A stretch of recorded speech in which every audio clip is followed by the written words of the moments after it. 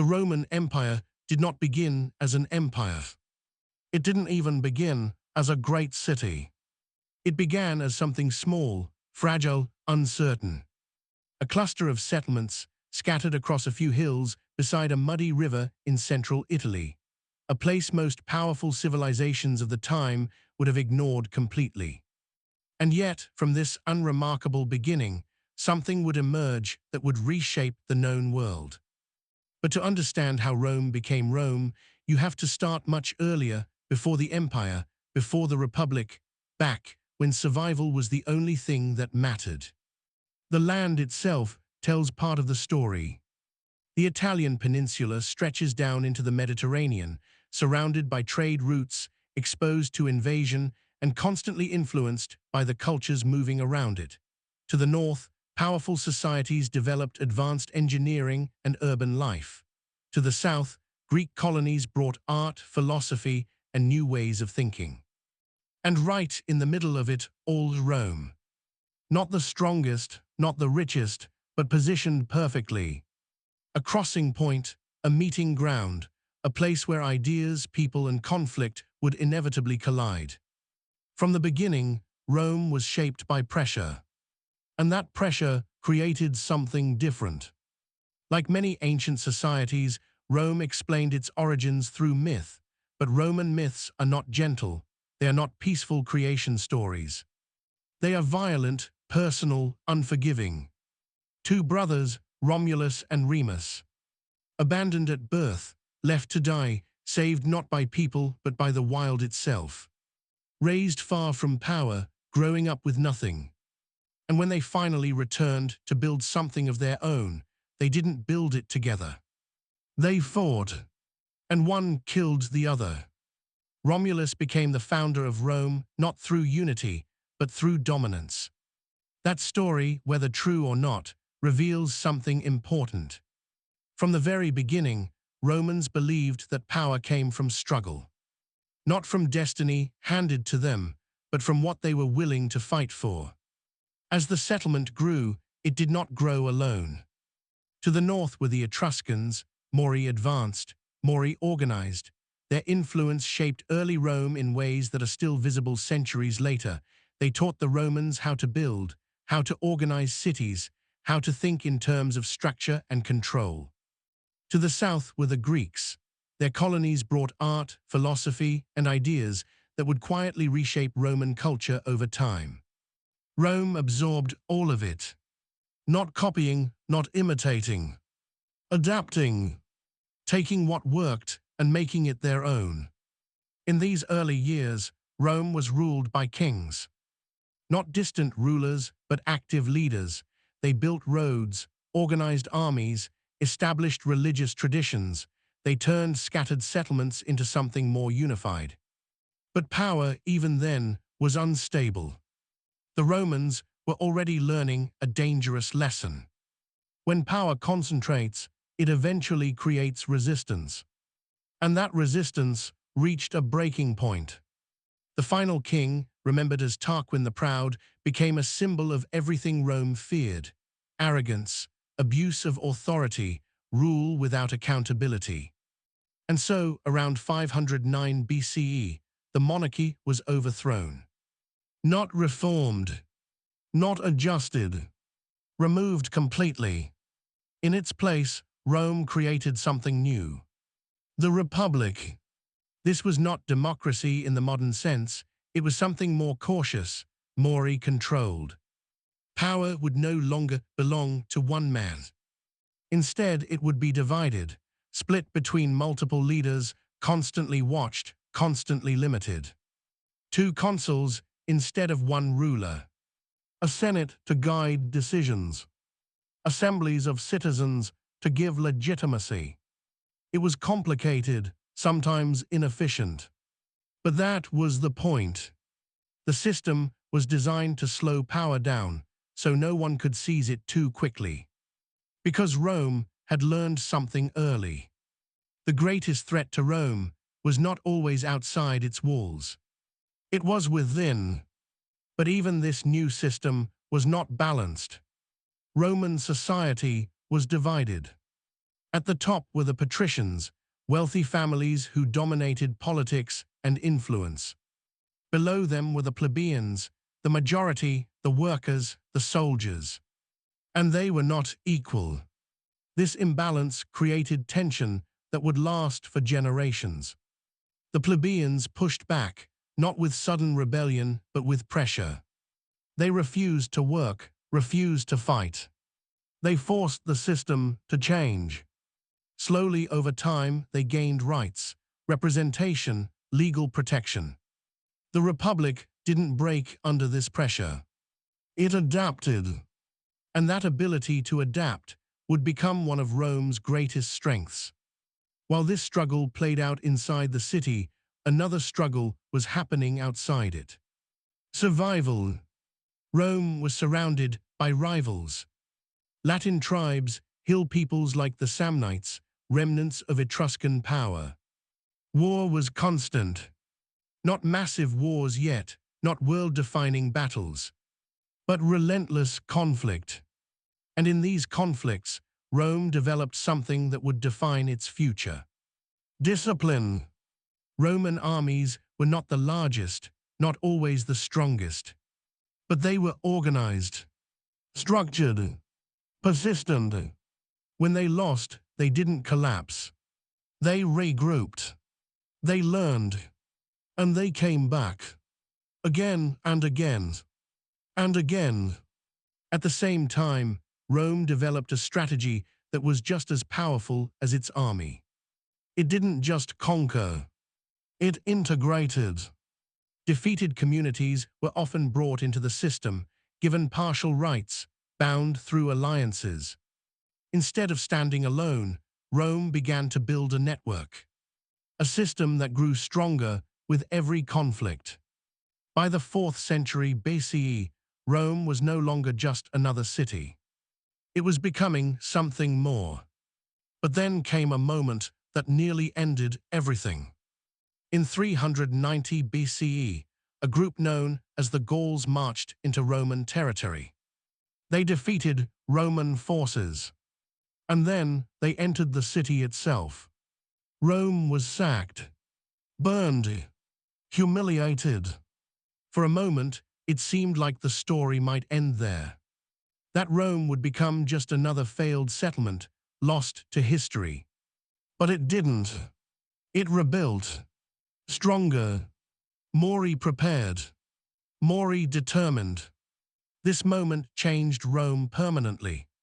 It taught them something they would never forget. They could fall. They could lose. But as long as they continued, they could not be erased. From that point forward, Rome became more systematic. Stronger defenses. Better roads. Faster military response. Everything became more organized, more deliberate. Survival was no longer reactive. It became strategic. And slowly, Rome began to shift. From surviving to controlling. The wars that followed were different. Longer, harder. The Samnite Wars pushed Rome to its limits. Fighting in difficult terrain against skilled enemies forced them to adapt again. New tactics. Better coordination. Greater flexibility. Victory did not come easily. But when it came, it changed everything. Rome had learned how to project power. Not just defend itself, but expand. Step by step, region by region, Rome extended its influence across Italy. Some areas were conquered. Others became allies. But all became part of something larger. By the time this phase ended, Rome was no longer fragile. It was dominant. Not yet an empire, but no longer small. And with that growth came a new reality. Rome was no longer fighting just to survive. It was now competing for something much bigger. Power beyond Italy. Control beyond its borders. And across the sea, there was already a power waiting. Stronger, wealthier, more experienced. a power that would not be absorbed and would not submit. Carthage. And when Rome and Carthage finally collided, the stakes would be unlike anything Rome had ever faced before. Because this time, it would not just be about survival. It would be about who controlled the future of the Mediterranean world. The war with Carthage had not begun yet, but the conditions for it were already in place. Rome now stood as the dominant power in Italy, not because it was the richest or the most advanced, but because it had built something others hadn't. A system that could survive pressure. A system that could grow stronger after every conflict. And now that system was about to be tested on a much larger scale. But before Rome could face the wider Mediterranean world, it had one final task. It had to secure Italy completely. Because power beyond your borders means nothing if your foundation is unstable. The lands of Italy were not unified in any natural sense. They were divided by geography, language, and identity. Mountains separated communities, valleys isolated cultures, loyalties were local, not national. Rome had to change that. Not all at once, not through a single campaign, but through a long, grinding series of wars that forced Rome to evolve. Among the most important of these were the Samnite Wars. The Samnites were not an easy enemy. They lived in the rugged highlands of central and southern Italy, where terrain itself became a weapon. Their armies were mobile, adaptable, and familiar with every ridge and valley. Fighting them was not like fighting on open plains. It was slower, more dangerous, and far less predictable. In one of the most infamous moments of these wars, a Roman army was trapped in a narrow pass known as the Caudine Forks. Surrounded, cut off, and with no room to maneuver, the Romans were forced to surrender. Not in battle, but through humiliation. They were disarmed, stripped of dignity, and made to pass under a symbolic yoke, a public display of defeat that burned itself into Roman memory. For many societies, such a moment might have ended the war. For Rome, it changed the way the war would be fought. Because Rome did not accept defeat as final. It treated it as instruction. From that point forward, Roman strategy became more flexible, less rigid, more willing to adapt to terrain and circumstance. They studied their enemies. They changed how they moved, how they fought, how they organized their forces. And slowly, the balance began to shift.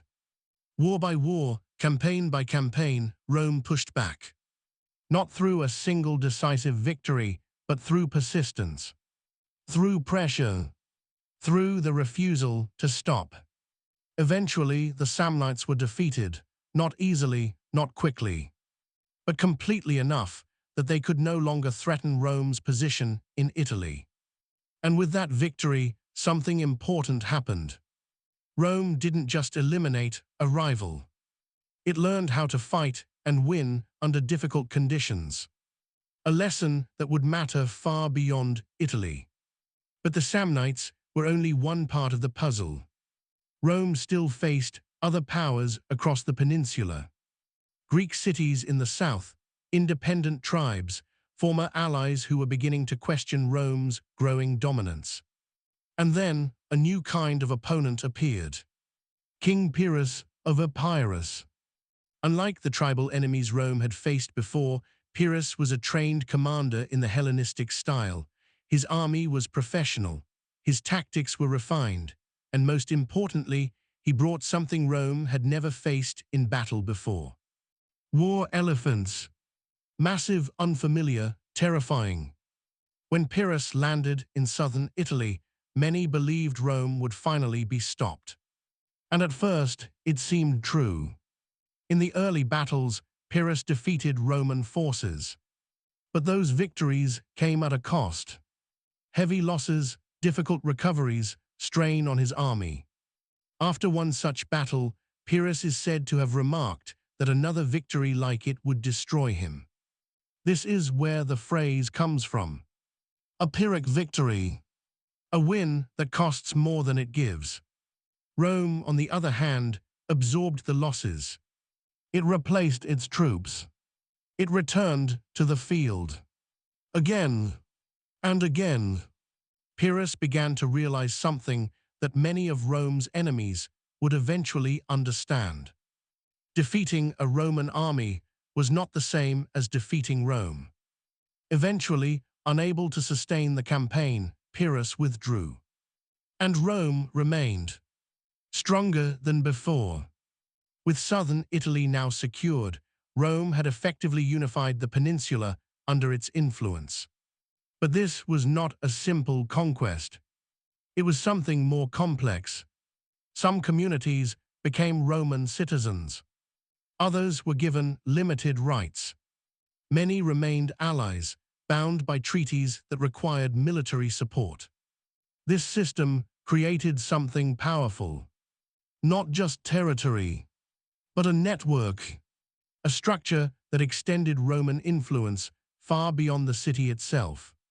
When Rome went to war now, it didn't fight alone. It brought the strength of Italy with it. And that changed everything. At the same time, Rome began to invest more heavily in infrastructure. Roads expanded across the peninsula, not just for trade, but for control. Armies could move faster. Communication improved. Distant regions became easier to manage. Each road was more than a path. It was a line of connection, a way to bind the system together. And as this system grew, Rome's mindset began to shift again. It was no longer just reacting to threats. It was beginning to think in terms of strategy on a larger scale. Influence, reach, position. And inevitably, this brought Rome into contact with powers beyond Italy. Across the narrow stretch of water to the south lay Sicily, a large island, fertile, strategically placed, and divided.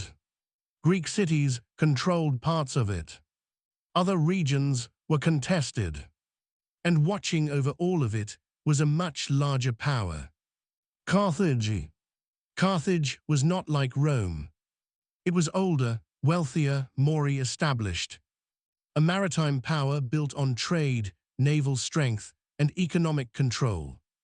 Where Rome's strength came from land and manpower, Carthage controlled the sea. Its ships moved across the Mediterranean, connecting markets, transporting goods, projecting influence. For generations, Carthage had dominated the Western Mediterranean. And now Rome was approaching its sphere. At first, the two powers had little reason to fight. Their systems were different. Their strengths were different. There was even a kind of uneasy balance. But balance does not last forever, especially when two expanding powers begin to overlap. The tension began in Sicily. A local conflict, a dispute involving a group known as the Mamertines, who had taken control of the city of Messana and were now threatened by neighboring forces. They asked for help, first from Carthage, then from Rome. Rome hesitated. This was beyond Italy, beyond its traditional sphere. But refusing could mean allowing Carthage to strengthen its position even further. And accepting meant stepping into a conflict that could escalate. In the end, Rome chose to act, not fully understanding what it was beginning, not yet seeing the scale of what was coming, but making a decision that would change its future. Because once Roman forces entered Sicily, there was no going back. What began as a local dispute quickly grew. Tensions escalated. For the first time, Rome and Carthage stood on opposing sides of a conflict. And the difference between them was immediately clear. Rome had armies. Carthage had a navy, a powerful one, and Rome had almost none. If this war was going to be fought, Rome would have to do something it had never done before. It would have to become a naval power. From nothing. And so, in one of the most remarkable moments in its history, Rome began building a fleet. Not slowly, not cautiously, but at scale. Using captured ships as models, Roman engineers replicated designs, trained crews, and launched vessels into the sea. It was an enormous risk. But Rome had made its choice. This war would not be avoided. It would be fought. And it would decide more than just control of Sicily. It would decide who would dominate the Western Mediterranean. A land power learning to master the sea. A naval empire defending its dominance. Two systems, two strengths, on a collision course. And once the fighting began, it would not stop for decades.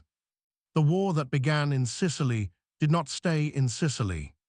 It spread, slowly at first, then all at once.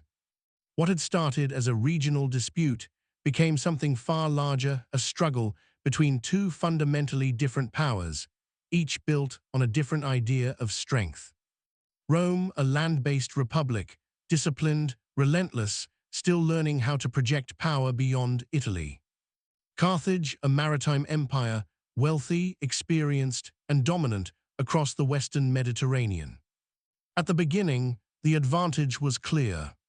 Carthage controlled the sea, and in a war that stretched across an island like Sicily, that mattered more than anything. Roman armies could win battles on land, but without control of the sea, they could not secure victory. Supplies could be cut off. Troops could be isolated. Positions could be bypassed.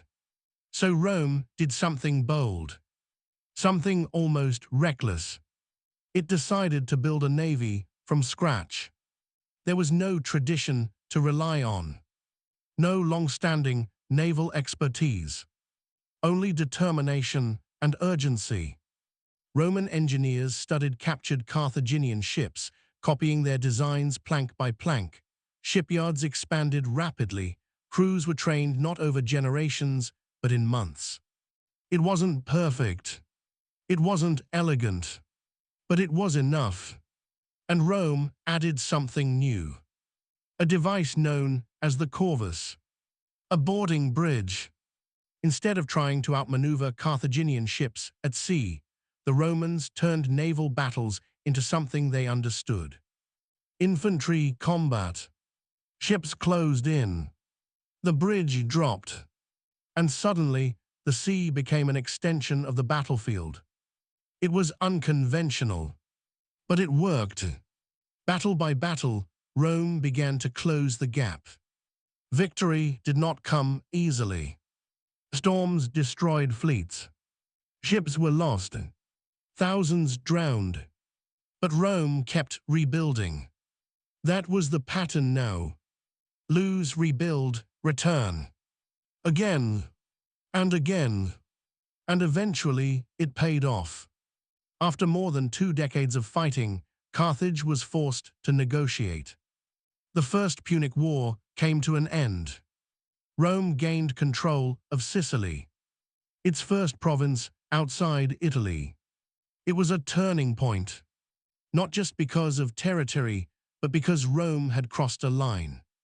It was no longer a regional power. It had stepped into the wider Mediterranean world. And it would not step back. But peace did not mean stability. Because beneath the surface, tensions were still growing. Carthage had lost the war, but it had not lost its ambition. And Rome had tasted expansion beyond Italy. It wanted more. The years between the wars were not quiet. They were filled with preparation. Carthage, restricted by the treaty, turned its attention elsewhere. To Spain, a land rich in resources, a place where it could rebuild its strength. There a new figure began to rise. A general, young, driven, and shaped by the memory of defeat. Hannibal. From an early age, he was raised with one purpose: to oppose Rome, to challenge it, to never forget what had been lost. And over time, he became exactly the kind of leader Carthage needed. Strategic, bold, unpredictable. Meanwhile, Rome watched, concerned but not yet alarmed. Spain was far, and Rome still believed its system would hold. But that belief would soon be tested. The spark came from a city, Saguntum, located in Spain but allied with Rome. When Hannibal attacked it, he knew what he was doing. This was not just a siege. It was a signal, a challenge, and Rome understood it immediately. War again, but this time it would be different, because Hannibal did something no one expected. Instead of waiting for Rome to come to him, he went to Rome, not by sea, but by land, through one of the most dangerous routes imaginable. He marched his army out of Spain, across rivers, through hostile territory, and then into the mountains. The Alps, cold, harsh, unforgiving, an environment as deadly as any enemy. And yet Hannibal crossed them, with soldiers, with cavalry, even with elephants. The cost was enormous. Many did not survive the journey, but those who did entered Italy, and suddenly the war was no longer distant. It was at Rome's doorstep. What followed was a series of battles that shocked the Republic. Roman armies were defeated, not once, not twice, but repeatedly. Hannibal outmaneuvered them, outthought them, outfought them, at Trebia, at Lake Trasimene, and then at Cannae. Cannae was not just a defeat.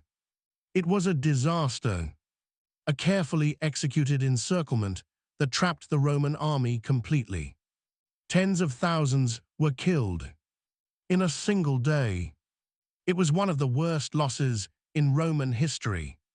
And for a moment, everything seemed uncertain. Allies began to waver. Some cities considered switching sides.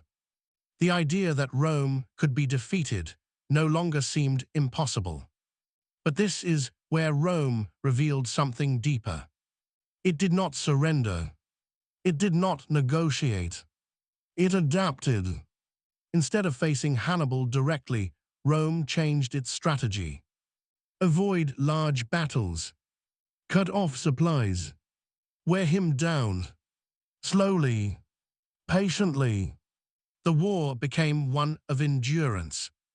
And this time, Rome's system gave it an advantage. It could raise new armies. Again and again. It could replace losses, sustain pressure. Hannibal, for all his brilliance, was far from home. His victories were devastating, but not decisive. Years passed. The war stretched on. Italy became the battlefield. But Rome held. And while Hannibal remained in Italy, Rome made a move. It took the fight elsewhere. To Spain, to North Africa, under the leadership of a new general, Scipio, later known as Scipio Africanus. He studied Hannibal's tactics, learned from them, and then turned them back. Eventually, the war reached its final stage.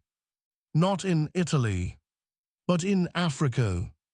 Hannibal was called back to defend Carthage. And there, at the Battle of Zama, the two sides faced each other one last time. This time, Rome won. Decisively. Carthage was defeated. Its power broken. Its dominance ended. And Rome stood alone as the dominant force in the Western Mediterranean. But victory came with consequences. Massive ones. Wealth poured into Rome. Resources, slaves, land, everything increased.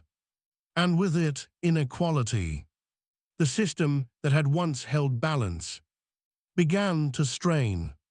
Because success had changed Rome. It was no longer fighting to survive. It was managing abundance. And abundance created new problems. Ones that would not be solved on the battlefield. Ones that would grow quietly inside the Republic itself. Because the greatest threat to Rome was no longer Carthage. It was what Rome was becoming. And that shift was just beginning. Victory over Carthage did not bring peace to Rome. It brought change. Deep structural change, the kind that does not reveal itself all at once, but slowly over time. At first, it felt like success. Wealth flowed into the city. Gold, silver, grain, livestock, entire regions now fed into the Roman system. But the most significant influx was not wealth. It was people. Slaves. Captured in war, transporting across the Mediterranean, and sold into labor on a massive scale. For the elite, this was opportunity. Land could be expanded. Production could increase. Profit could multiply. Large estates began to grow across Italy, known as latifundia. These were not small family farms. They were vast, controlled by wealthy landowners, worked by enslaved labor. And as they expanded, something else began to disappear. The small farmer, the backbone of the early republic. Men who had once fought in Rome's armies returned from war to find their land gone, bought out, absorbed, or simply impossible to compete with. Without land, they had no stable livelihood. Without stability, they drifted into the city, into poverty, into dependence. Rome was growing richer, but also more unequal. And this imbalance did not go unnoticed. Tension began to build, quietly at first, but steadily, because Rome's system had been designed for a different kind of society. A society of landowners, citizen soldiers, and shared responsibility. Now that balance was breaking. And into this environment stepped two brothers, Tiberius and Gaius Gracchus. They were not outsiders. They came from within the Roman elite. They understood the system, and they saw where it was heading. Tiberius was the first to act. He proposed land reforms, simple in concept, radical in effect. Public land, which had been absorbed by wealthy elites, would be redistributed to the poor. It was not an attack on wealth. It was an attempt to restore balance. But in Rome, power does not yield easily.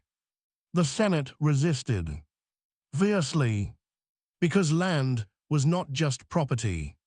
It was influence, control, status.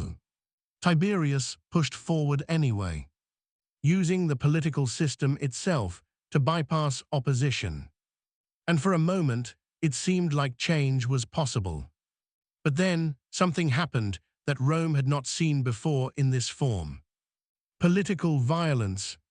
Tiberius was attacked, beaten to death, not by foreign enemies, but by fellow Romans, inside the city, inside the system.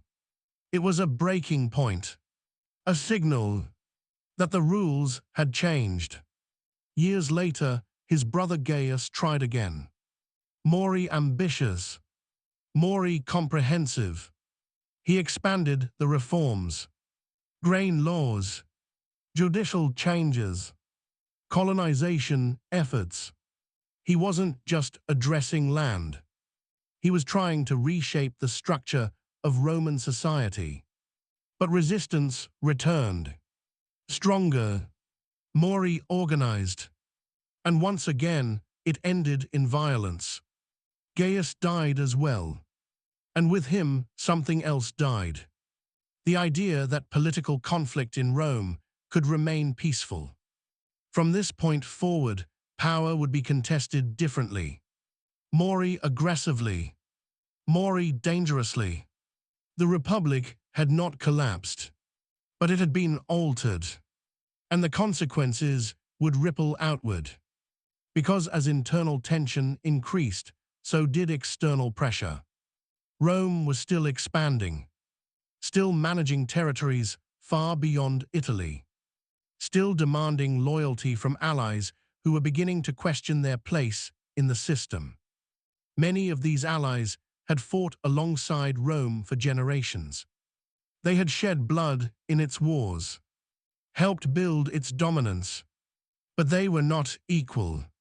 They did not have full citizenship. They did not have full rights. And eventually, they demanded change. This led to the social war, a conflict not between Rome and a foreign power, but between Rome and its own allies. The fighting was intense, costly, and deeply symbolic, because it forced Rome to confront a reality. Its system was no longer sustainable as it was. Victory came, but not in the traditional sense. Rome suppressed the rebellion, but it also made concessions. Citizenship was expanded. Rights were extended. The system adapted again. But the cost had been high, and the pattern was becoming clear. Pressure, resistance, violence, adaptation, each cycle pushing Rome further from its original structure.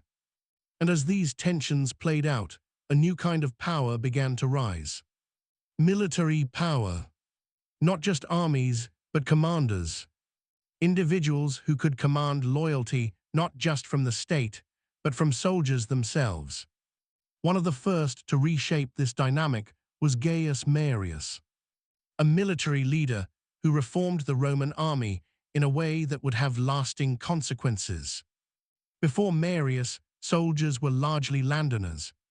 They had a stake in the system, a reason to defend it. But as land ownership declined, that model became less viable. Marius changed it. He opened recruitment to the landless, men who had little and were given opportunity through service. It strengthened the army, made it more professional, more effective, but it also shifted loyalty. Because these soldiers depended not on the state, but on their general. For pay, for land, for future security. And that changed everything. Because now, a general could command not just an army, but personal loyalty. And with that, political power. This shift became dangerously clear with the rise of another figure. Lucius Cornelius Sulla, a man who took the idea of military power and pushed it further than anyone before him. When conflict broke out over command and authority, Sulla did something unthinkable. He marched his army on Rome itself. Not an enemy city, not a foreign land. Rome. It was a line that had never been crossed. And once crossed, it could not be uncrossed. Sulla seized control, declared himself dictator, and used that power to eliminate his enemies. Publicly, systematically, lists were posted, names marked, lives ended. This was no longer political competition. It was survival. And although Sulla eventually stepped down, the damage was done. He had shown that power could be taken by force, that the Republic's rules could be broken and replaced. Others were watching, learning, adapting, because Rome had entered a new phase, not one defined by external conquest, but by internal struggle. The system was still standing. The institutions still existed, but the balance was gone. And in that imbalance, new figures would rise. More ambitious, more powerful, more willing to reshape Rome entirely. Because the Republic was no longer collapsing slowly. It was accelerating towards something inevitable. A transformation that could no longer be avoided. And soon, the stage would belong to men whose names would define the end of the Republic itself. By now, the Republic still existed, but only in form. The institutions were there. The Senate still met. Elections were still held. Laws were still passed. But something fundamental had changed. Power no longer flowed through the system. It moved around it. Through individuals. Through armies. Through ambition. And the men rising in this new Rome understood that completely. They were not trying to preserve the Republic. They were trying to control it. One of the most powerful among them was a man named Gnaeus Pompeius Magnus. Pompey did not rise through slow political maneuvering alone. He rose through military success. Victory after victory expanded his reputation, his influence, and his authority. He cleared the Mediterranean of pirates, defeated powerful enemies in the east, and returned to Rome not just as a general, but as a symbol of strength. Alongside him stood another figure, a man of immense wealth, Marcus Licinius Crassus.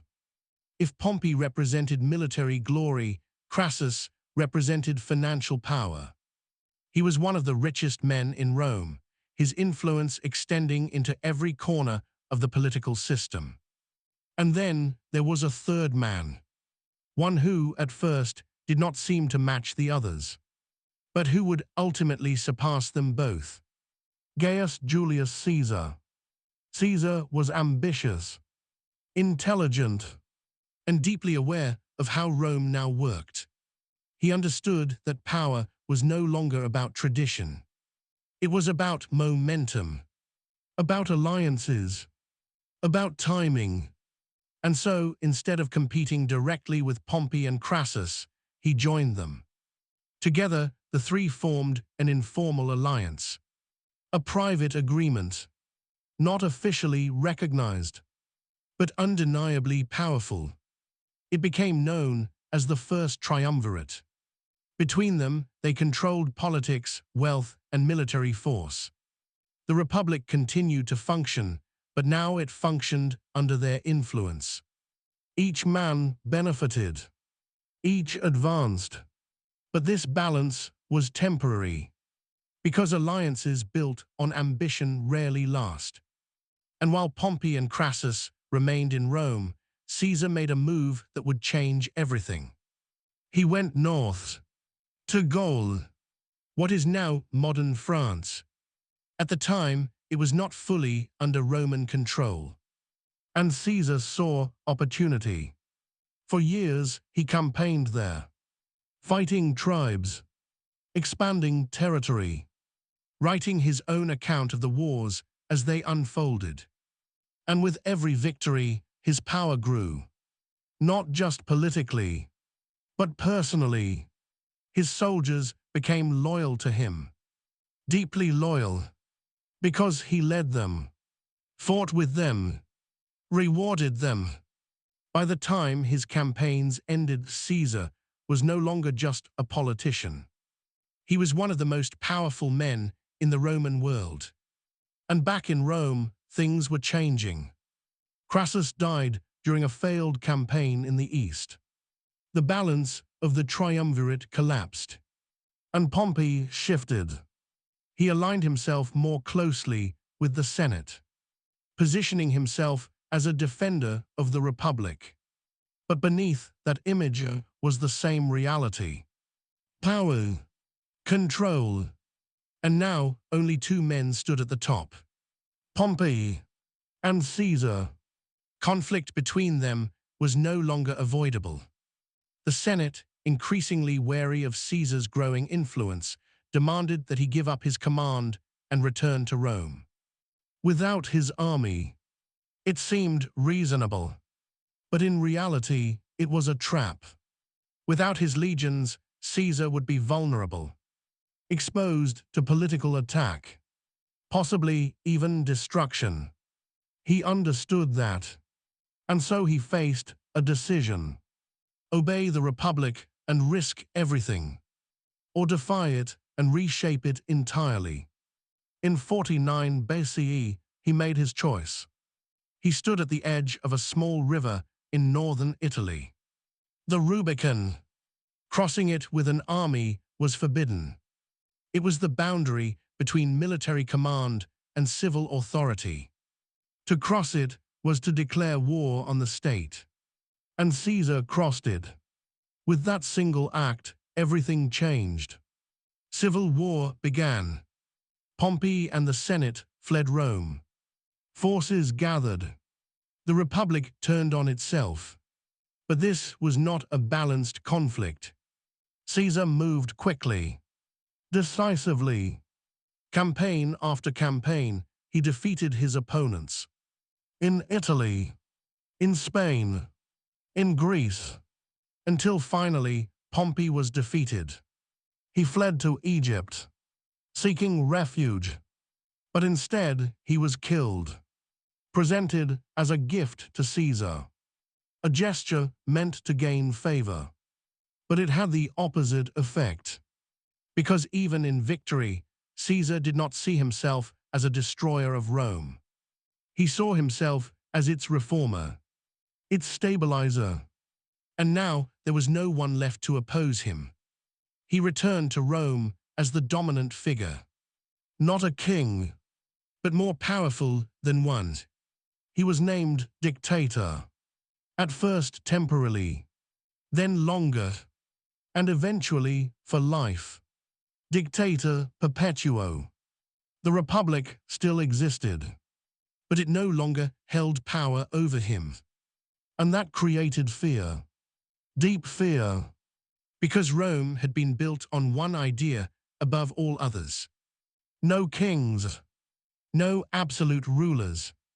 And now it had one, even if he did not use that title, even if he claimed to act for the good of the state. The reality was clear. Power had concentrated once again, in a single man, and for many that could not be accepted.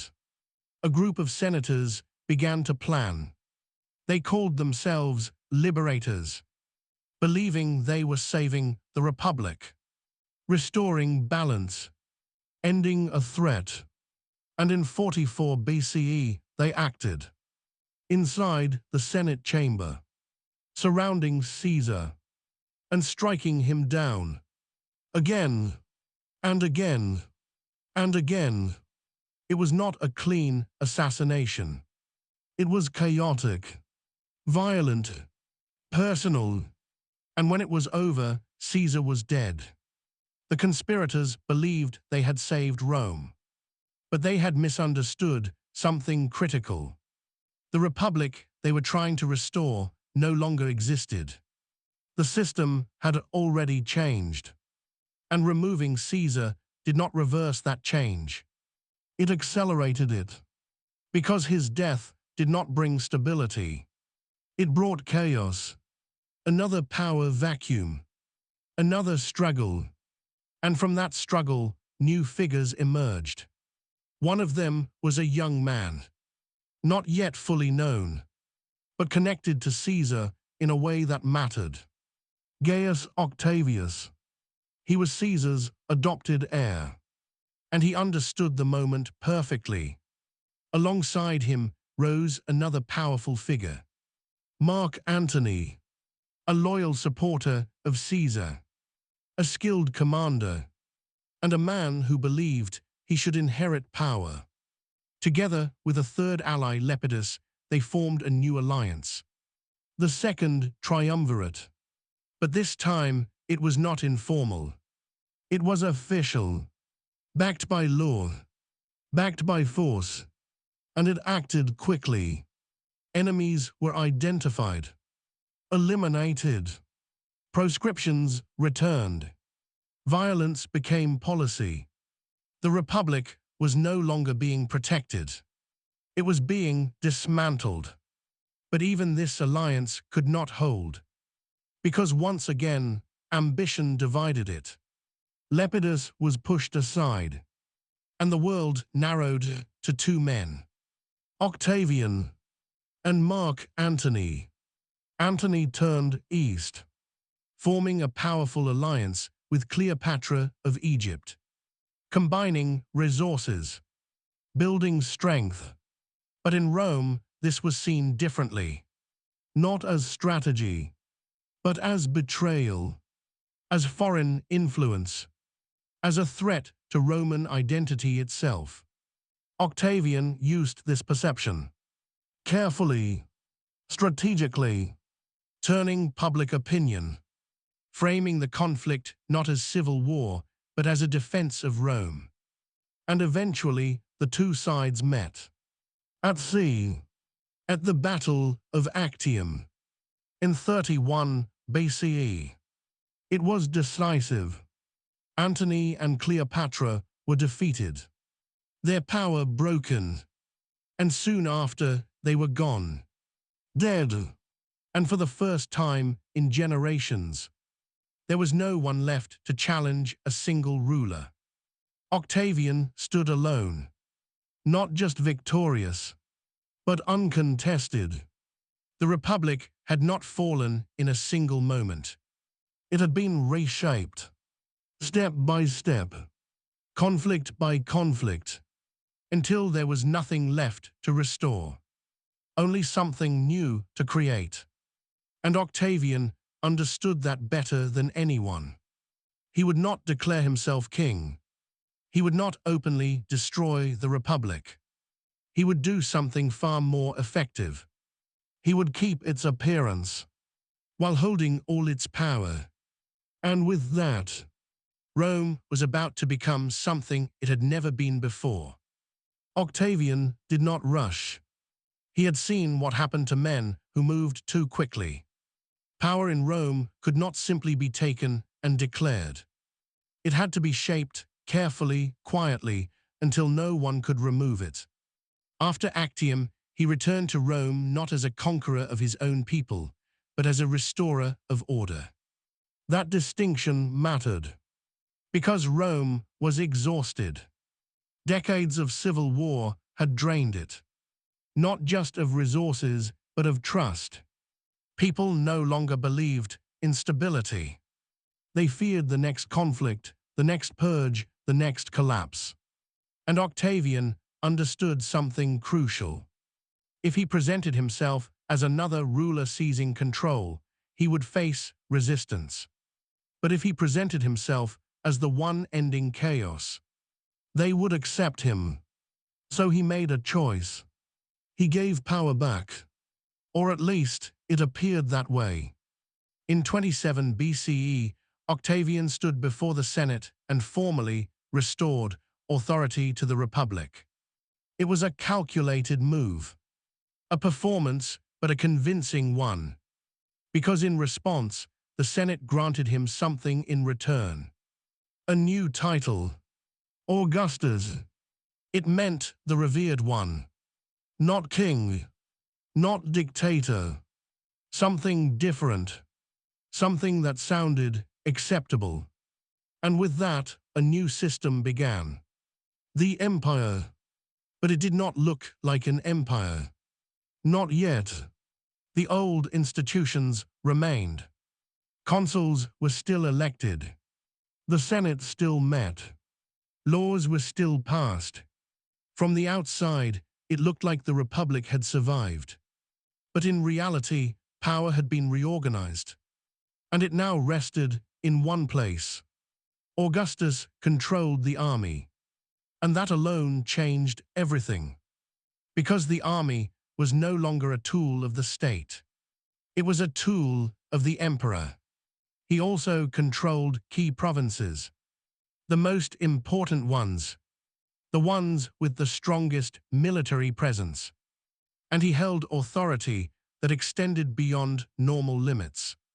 Tribunician power, proconsular power, titles and roles layered together, creating a position unlike anything Rome had seen before. It was not called absolute power, but it functioned like it. And the brilliance of it was that it didn't feel like tyranny. It felt like stability. Augustus didn't just take control. He rebuilt Rome.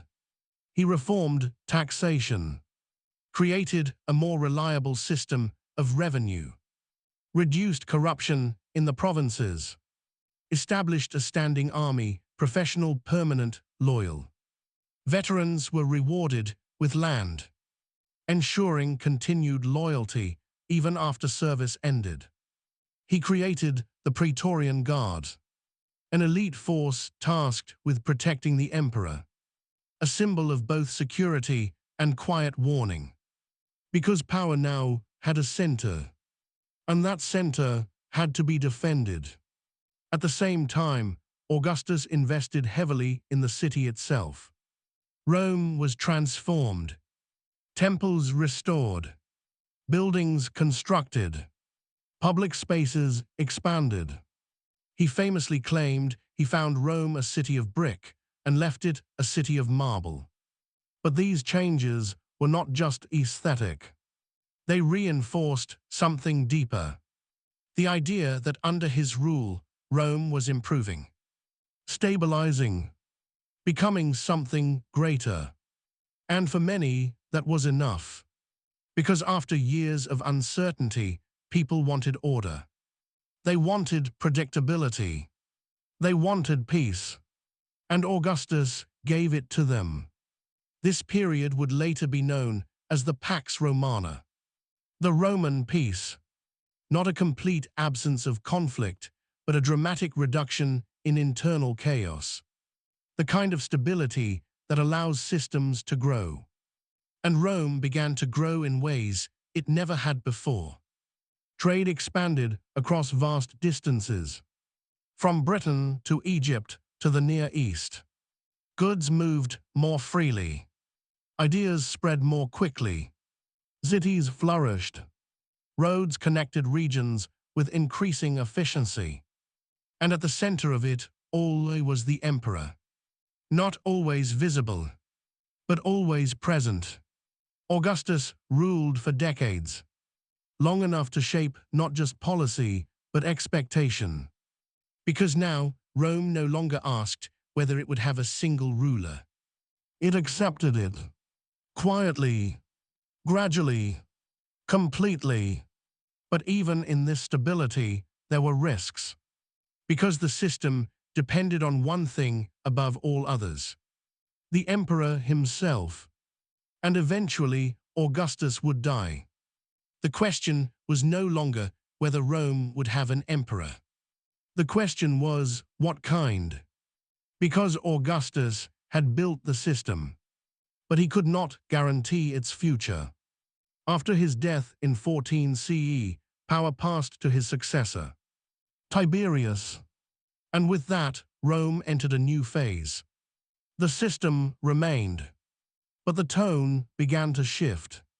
Tiberius was capable but distant, less interested in public approval, more focused on control. And over time, suspicion grew. The relationship between emperor and senate became more strained. Trust thinner. After Tiberius came others, some stable, some not. One of the most infamous was Nero. His reign began with promise, but over time it changed. Extravagance, paranoia, decisions driven more by personal fear than political stability. And then the Great Fire of Rome, a disaster that destroyed large parts of the city. Whether Nero caused it or not, the damage to his reputation was severe. And his response, blaming others, deepened the crisis. Eventually, he lost support. And when that happened, the system revealed its weakness. Because when the emperor loses control, everything becomes uncertain. Nero died, and for a brief moment, Rome descended back into chaos, a period known as the Year of the Four Emperors. Multiple leaders claiming power, armies choosing sides, the future uncertain once again. But this time, the system held, because it had been built to survive disruption. Eventually, a new emperor emerged. Vespasian. He restored order, stabilized the empire, and began a new dynasty. This pattern would repeat. Strong rulers followed by weaker ones. Stability followed by tension. But the structure remained intact, because Augustus had done something no one before him had managed. He had created a system that could continue beyond a single individual.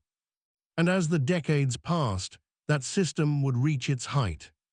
Under emperors who ruled not just with power, but with purpose. Men who expanded, consolidated, and refined the empire, bringing it to a scale and stability unmatched in the ancient world. But even at its peak, the seeds of future challenges were already there. Because no system, no matter how strong, remains unchanged forever. And Rome was still evolving. By the time the system created by Augustus settled into place, Rome had changed in a way that could no longer be reversed. The Republic was gone, not destroyed in a single moment, but transformed, reshaped, and quietly replaced. In its place stood an empire. And for a time, it worked. Not just in theory, but in practice. Because what followed was one of the most stable and prosperous periods in Roman history. A stretch of time later remembered as the Pax Romana. The Roman peace. It was not perfect peace. There were still wars, still rebellions, still tension at the edges of the empire. But within its core, something rare had been achieved. Predictability. For generations, Rome had been defined by uncertainty. Civil wars, power struggles, sudden shifts. Now, for the first time in centuries, life became more stable. Trade routes were secure. Cities expanded. Populations grew. And across a vast stretch of territory, people began to live under a shared system. Different cultures, different languages, different traditions, but connected by roads, by law, by the authority of Rome.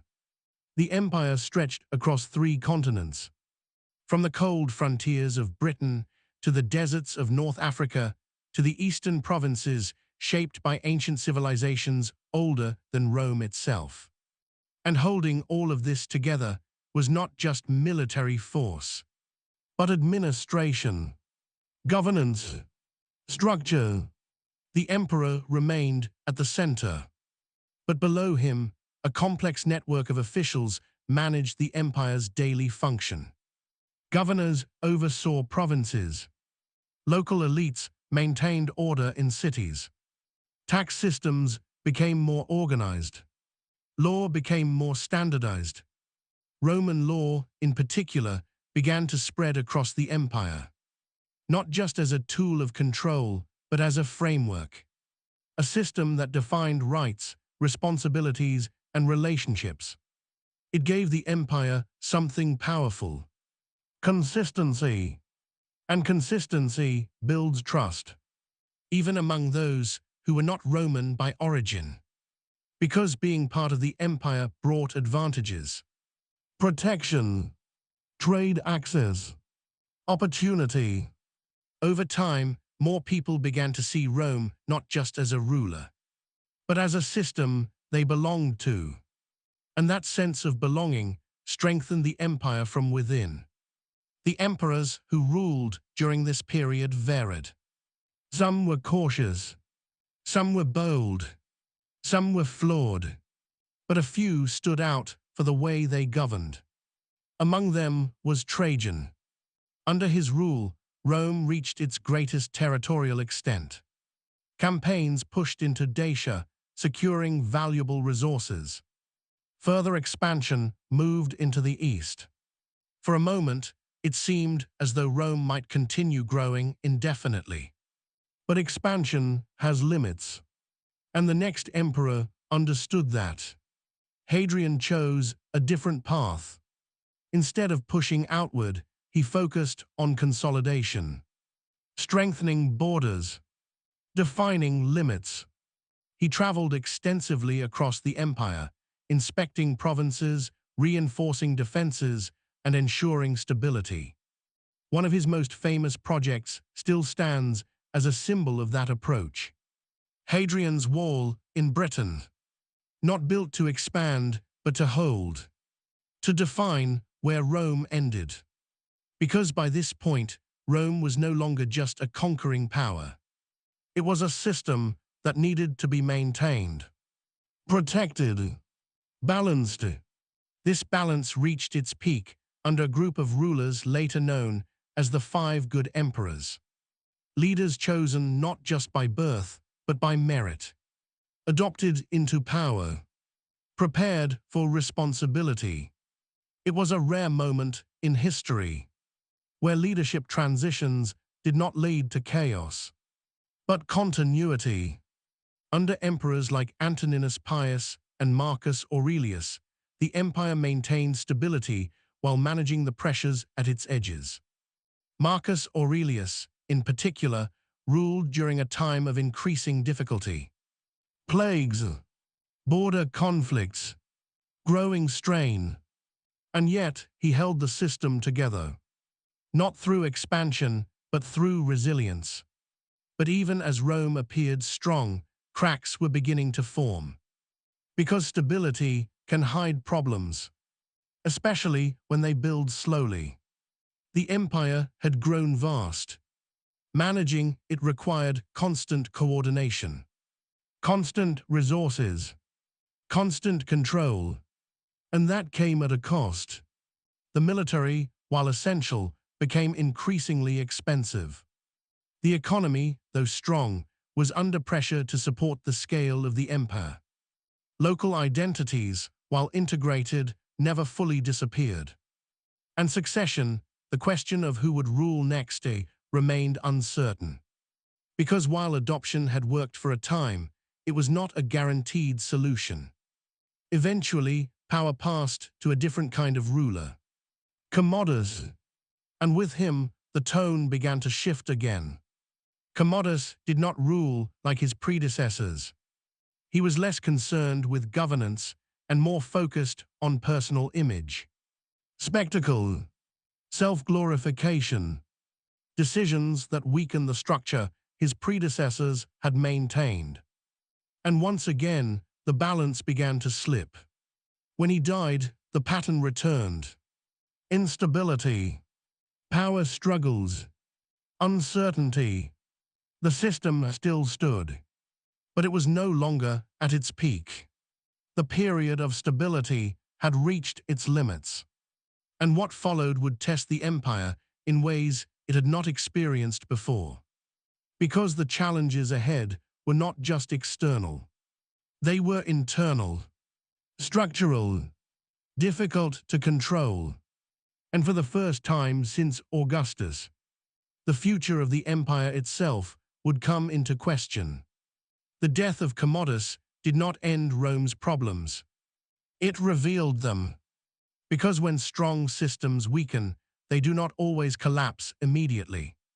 Sometimes they begin to drift first, slowly, unevenly, as if the structure is still standing, but no longer fully holding itself together.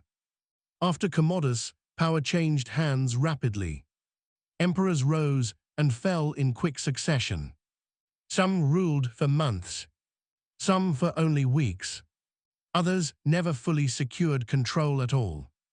The empire entered a phase that later historians would describe as chaos inside structure. The institutions still existed. The Senate still functioned. The army still defended borders. But the center no longer held firmly. And when the center weakens, everything else begins to feel it. Armies no longer supported a single authority. Instead, they supported their own commanders. Regional generals began to declare themselves emperors, each backed by the legions they controlled. Power fragmented across the empire, not into pieces that broke away completely, but into competing claims over the same system. This period became known as the crisis of the 3rd century. And it was not a single crisis. It was many overlapping crises at once. Political instability, economic strain, military pressure, and external invasion all occurring simultaneously. Borders that had once been secure now faced constant pressure. Germanic tribes pushed into Roman territory from the north. Persian forces challenged Roman control in the east. Entire regions became battlegrounds again. And inside the empire, something else was happening. The economy was weakening. As instability increased, trust in currency declined. Coins were debased. Inflation rose. Trade became harder to maintain across long distances. Cities began to feel the strain of supply disruption. Rome, once connected by stable networks of roads and commerce, now felt more fragmented. And perhaps most dangerous of all, leadership became unpredictable. Emperors were declared by armies in the field, then overthrown by other armies elsewhere. Assassination became common. Civil war became routine.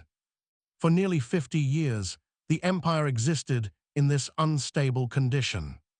Not fully collapsed, but constantly under stress. At times, it seemed as though Rome might split permanently. Different regions developing their own rulers, their own administrations, their own futures. And yet, the idea of Rome still held it together. Even when the structure wavered, the concept of empire remained intact. That idea would become the foundation for recovery. Eventually, a man rose who began to restore order. Aurelian. He was not from the traditional elite class. He rose through the military, through discipline, through battlefield success. And unlike many before him during this chaotic period, he moved decisively. He defeated rival claimants, reunified breakaway regions, restored control over fractured territories. For a moment, it seemed as though Rome might be pulled back from collapse. But Aurelian understood something important. Military victory alone was not enough. The empire needed structural reform. It needed stability rebuilt from the inside. He strengthened defenses, reorganized administration, and most symbolically, reinforced Rome itself with new walls. Not because the city was about to fall, but because the world around it had changed. And Rome had to acknowledge that. After Aurelian, further reforms followed under a different kind of ruler. Diocletian. Diocletian understood something fundamental. The empire was too large to be governed the way it once was. Distance had become a problem. Communication delays weakened response time. Local pressures required local authority. So he made a radical decision. He divided power, not by breaking the empire apart, but by restructuring leadership. The system known as the Tetrarchy was created. 4 rulers, 2 senior emperors, 2 junior partners, each responsible for different regions.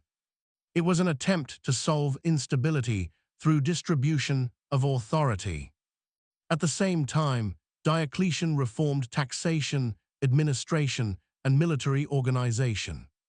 He tried to stabilize the economy, strengthen the state, and restore predictability. For a time, it worked. The empire became more controlled, more structured, more resistant to internal collapse. But there was a trade-off. Power was no longer centralized in a single figure, and systems with multiple centers of authority often contain future conflict within them. That tension would soon appear, because after Diocletian stepped down, the system did not remain stable. Instead, it fractured into competition. And from that competition, a new figure emerged: Constantine the Great. Constantine understood the weaknesses of the Tetrarchy, and through a series of conflicts and political moves, he consolidated power once again. But his reign would not simply restore old Rome. It would transform it. Because under Constantine, something significant changed. The empire's relationship with religion shifted dramatically. Christianity, once a persecuted faith, began to gain official support. Eventually, it was legalized, then promoted, then integrated into imperial structure.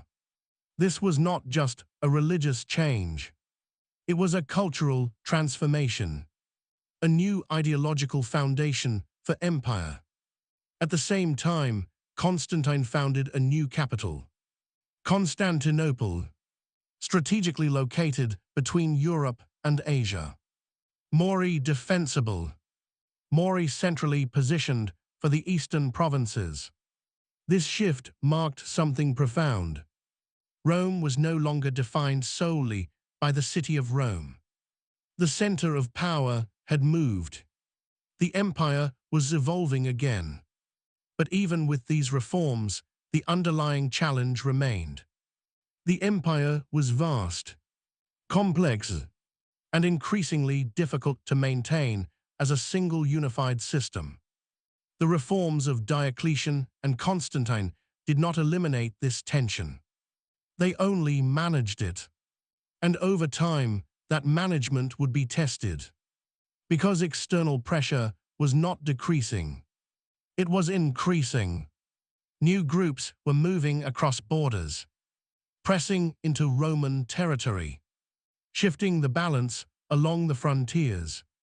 And the empire that had once expanded across the known world was now entering a phase where holding territory would become harder than acquiring it ever was. The next transformation would not be a reform. It would be a division.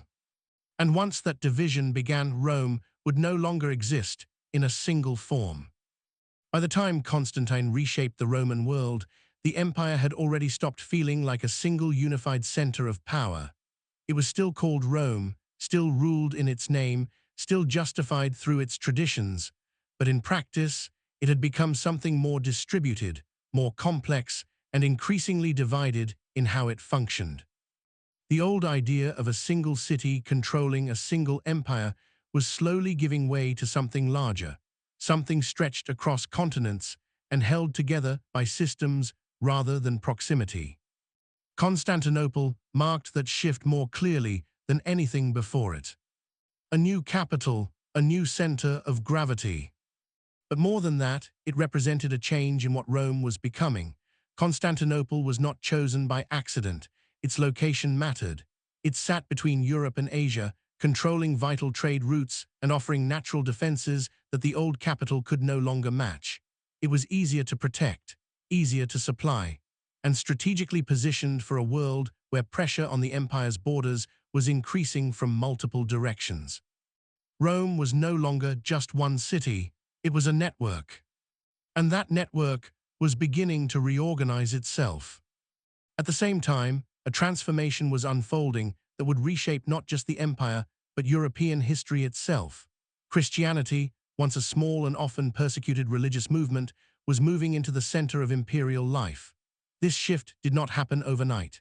It developed gradually, as the religion gained followers across different regions, attracted attention from political authorities, and slowly became part of the empire's institutional structure. Constantine's decision to legalize Christianity was not just a religious act, it was a political calculation. Stability required unity, and unity required shared belief systems that could connect a diverse population. Christianity offered that possibility in a way few other traditions could at the time. Over time, that support changed everything. Church leaders gained influence in cities. Religious structures became part of governance. Imperial authority and religious authority began to overlap in ways that created a new kind of power structure inside the empire. What had once been a polytheistic civic system gradually gave way to a more centralized spiritual framework. But while the East was adapting and transforming, the West was under growing pressure. And this pressure was not coming from a single direction. It was coming from many. Along the northern frontiers, groups were no longer simply raiding and retreating. They were moving in larger numbers, settling, negotiating, fighting, migrating. The boundaries of the empire were becoming less like fixed lines and more like shifting zones of contact. Rome was no longer facing predictable enemies at stable borders. It was facing movement, constant movement, and that changed everything. The military, once the most stable and reliable structure of Roman power, began to stretch under the weight of constant defense. Armies were divided across vast distances. Communication became slower. Response times increased. Local commanders gained more autonomy simply because central coordination was no longer fast enough to manage every crisis. Control was still there, but it was thinner. And in many places, it depended more on individuals than institutions. The difference between East and West became more pronounced during this period. The Eastern Empire, centered in Constantinople, was more urban, more economically stable, and better positioned to manage administrative complexity. The West, by contrast, was more exposed, more rural in many regions, and more vulnerable to external pressure. Two Roman worlds were forming inside one imperial identity. The empire had not officially split, not yet, but it was already functioning like two separate systems. In the West, authority became increasingly dependent on military leaders. Generals who commanded loyalty from troops often held more real power than emperors themselves. This created a situation where political legitimacy and actual control were no longer the same thing. An emperor could be declared, but not necessarily obeyed. And that distinction became critical. Meanwhile, economic pressure continued to grow. Maintaining armies, defending borders, and supporting administrative systems required vast resources. Taxation increased, but enforcement became harder in regions affected by instability. Trade routes, once reliable, became fragmented in areas near conflict zones. The empire was still wealthy in parts, but unevenly so. And that unevenness mattered. Because empires do not collapse evenly. They weaken in patterns. At the same time, identity inside the empire was also shifting. Many groups living within Roman territory were no longer fully distinct outsiders or fully integrated citizens. They existed in between, negotiated their place, served in armies, lived in provinces, influenced politics. This blending created new cultural and political realities that the old Roman system had never fully accounted for. Rome was no longer a single identity. It was becoming layered, complex, and harder to define. Even so, the idea of Rome remained powerful. Even when structures changed, the name still carried weight. Leaders still ruled in its authority. Laws still referenced its traditions, and legitimacy was still measured through connection to Roman identity. That idea held the system together longer than the system itself could justify. But pressure continued to build. And eventually, leadership would have to adapt again. Because systems under sustained strain do not remain static. They chain, or they fracture. And in the case of Rome, both were beginning to happen at once.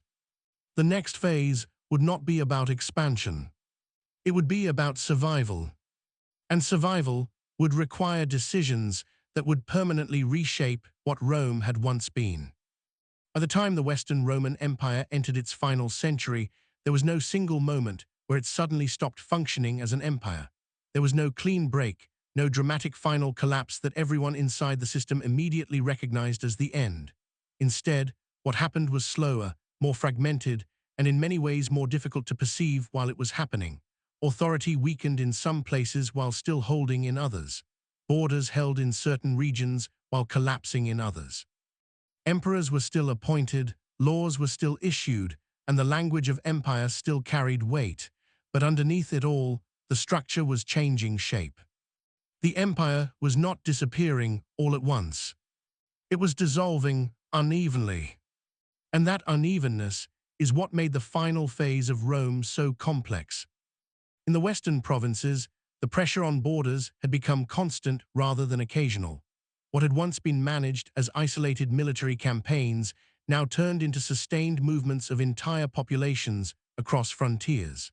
Some groups entered Roman territory as settlers under negotiated agreements, others as allies seeking protection, and others through conflict that the empire could no longer consistently prevent.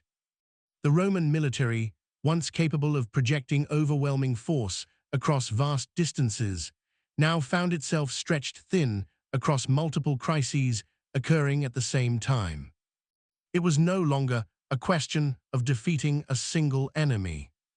It was a question of managing multiple pressures at once. And that distinction mattered more than any single battle. The Roman army itself had also changed in composition. Over time, recruitment patterns shifted as the empire adapted to long-term manpower needs. Increasingly, soldiers came from outside traditional Roman citizen populations, reflecting the empire's growing reliance on frontier regions and federated groups. These soldiers were often loyal, disciplined, and effective, but their relationship to central Roman identity was more complex than in earlier centuries. Loyalty was no longer purely tied to the idea of Rome as a unified civic ideal. It was often tied to commanders, local agreements, or immediate survival and reward structures. And that subtle shift had long-term consequences. Because when loyalty becomes decentralized, authority becomes harder to control. At the same time, the political structure of the Western Empire became increasingly unstable. Emperors were still appointed, but their authority often depended heavily on the support of military leaders who controlled actual force on the ground. This created a situation where the formal structure of government and the practical reality of power were no longer aligned. An emperor could exist in title, but not in control. And in some cases, emperors changed frequently as competing factions within the military and political elite installed and removed leaders in rapid succession. The concept of imperial continuity, which had been carefully maintained since Augustus, began to erode under the weight of internal competition and external pressure combined. Rome was still naming emperors, but it was struggling to sustain them. Economically, the empire was also becoming more uneven. Some regions remained relatively stable, especially areas with strong urban centers and established trade networks. Other regions experienced significant disruption due to ongoing military activity and shifting control. Tax collection became more difficult in certain provinces, while logistical systems that once connected the empire began to function less consistently across long distances. The empire was still wealthy in aggregate terms, but that wealth was no longer evenly distributed or reliably mobilized. And that created structural strain. Because empires depend not just on resources, but on coordination. As central coordination weakened, local authorities began to take on more responsibility for defense, taxation, and governance. In many cases, local leaders became the most stable source of authority in a given region, regardless of their formal position within the imperial hierarchy. Over time, this contributed to a gradual shift in how power was experienced on the ground. The empire was becoming more localized, less centralized, more fragmented in practice, even if not in official definition. Meanwhile, external pressure continued to intensify along multiple frontiers. Movements of peoples across Europe were influenced by a combination of environmental changes, pressure from other migrating groups, and the magnetic pull of Roman wealth and infrastructure. Roman cities, roads, and agricultural systems remained attractive targets for settlement and control, even as the empire's ability to defend them became more inconsistent. And yet, even in this period of strain, Rome was not simply collapsing outwardly, it was also adapting internally. In many regions, Roman administrative systems continued to function, even under new leadership structures. Local governance often preserved Roman legal traditions, taxation models, and civic organization. In some cases, new rulers adopted Roman systems rather than replacing them entirely, recognizing their efficiency and legitimacy. This meant that even as political authority fragmented, institutional continuity persisted. Rome was not disappearing. It was transforming into successor structures. But the transformation was uneven and uncoordinated. And that lack of coordination defined the final phase of the Western Empire more than any single event. By the mid-5th century, the Western Roman Empire existed in a state that could best be described as politically fragmented but institutionally residual. There was still an emperor in the West, but his authority was limited and increasingly dependent on military backing. There were still provinces, but their connections to central authority varied significantly. There were still laws, but enforcement depended heavily on local conditions. The empire was still there, but it was no longer functioning as a unified system. And at this point, the question was no longer whether Rome would expand or stabilize. It was whether it could continue to hold itself together at all. In 476 CE, a final political change occurred in the Western imperial structure.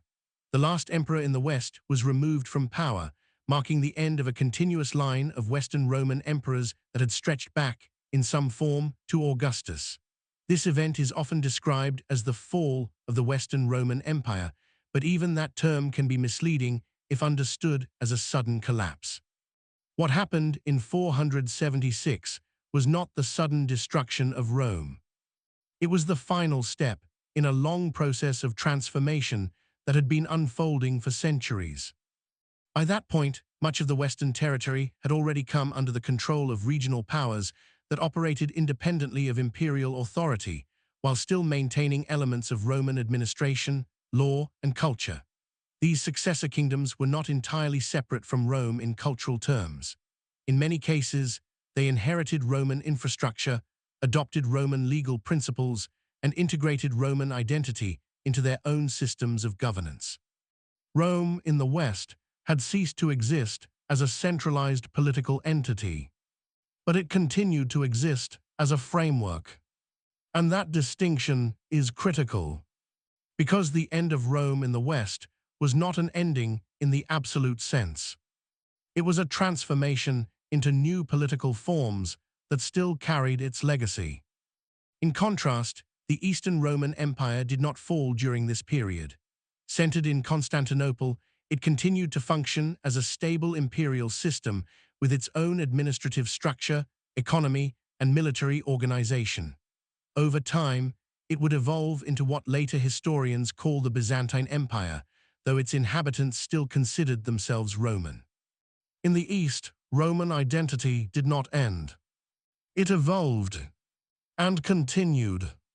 The survival of the Eastern Empire meant that Rome, as an idea and as a system, did not disappear from history even after the Western structure collapsed. Roman law continued to influence legal systems for centuries.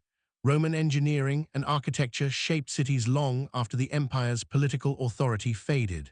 Latin and its derivatives influenced the development of multiple modern languages.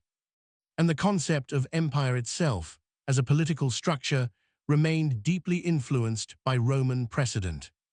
So even after the Western Roman Empire ended as a political entity, its legacy remained embedded in the foundations of later civilizations. And that is where the story ultimately resolves, not in a single moment of collapse, but in a long transition from centralized empire to distributed legacy. Rome did not fall in the way people often imagine empires falling. It changed form. It split. It adapted. It persisted in new structures that carried its identity forward in different ways. And that is why its history is not just a story of rise and fall. It is a story of transformation over time. From city-state to republic. From republic to empire. From empire to division.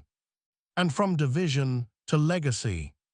And even now, long after its political structures have vanished, the imprint of Rome remains embedded in law, language, governance, and the very idea of what an empire can be.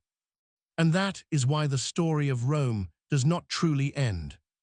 It continues wherever its influence still exists.